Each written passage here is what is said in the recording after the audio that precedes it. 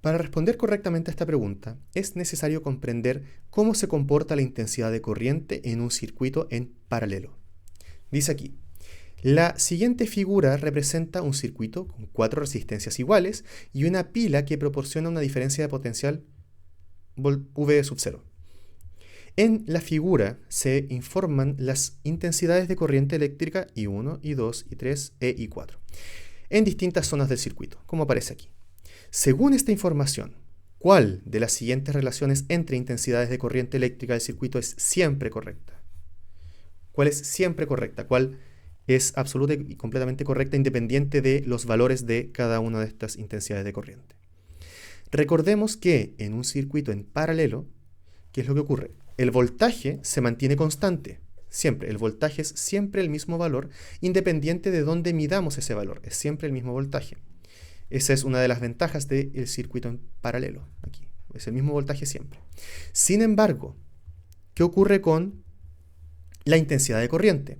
Recordemos que la intensidad total será igual a la intensidad de corriente, a la suma de las intensidades de corriente que existan en cada rama.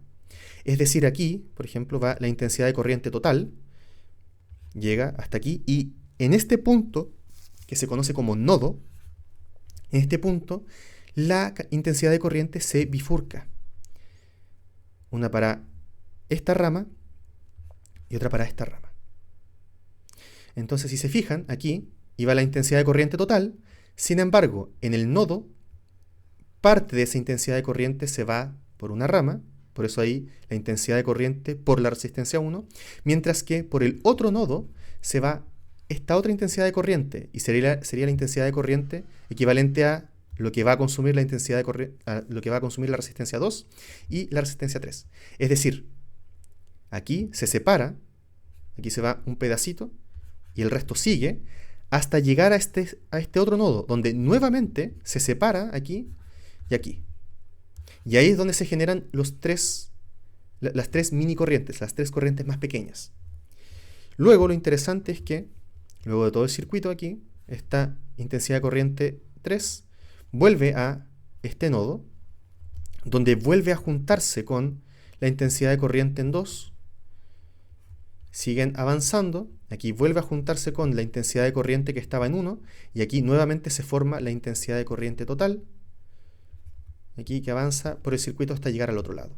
Es decir, en los nodos se separan, pero luego al final en los nodos se van juntando hasta volver a formar la intensidad de corriente total. ¿Por qué esto es importante? Porque en este caso podemos observar que aquí venía la corriente total y en este nodo se separan. Se separa un poco hacia esta rama y otro poco hacia esta otra rama de acá. Sin embargo, en este nodo vuelve a separarse.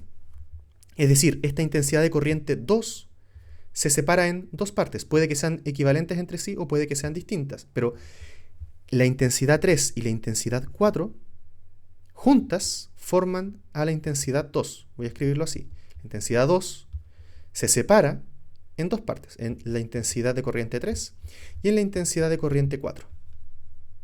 Se separa en 2 partes. Por lo tanto, la intensidad de corriente 2 es más grande que la intensidad de corriente 3 y a su vez es más grande que la intensidad de corriente 4. No sabemos cuál es más grande entre la 3 y la 4, no hay problema. Sabemos sí o sí que la intensidad de corriente 2 es siempre mayor que esta y que esta. Por lo tanto, la alternativa correcta en este caso sería la letra B. La intensidad de corriente 2 es siempre mayor a la intensidad de corriente 3. ¿Por qué? Porque aquí está la intensidad de corriente 2 y la intensidad de corriente 2 se separa para formar la intensidad de corriente 3 y la intensidad de corriente 4. Por lo tanto, la 3 será menor siempre a la intensidad de corriente 2. Letra correcta, B.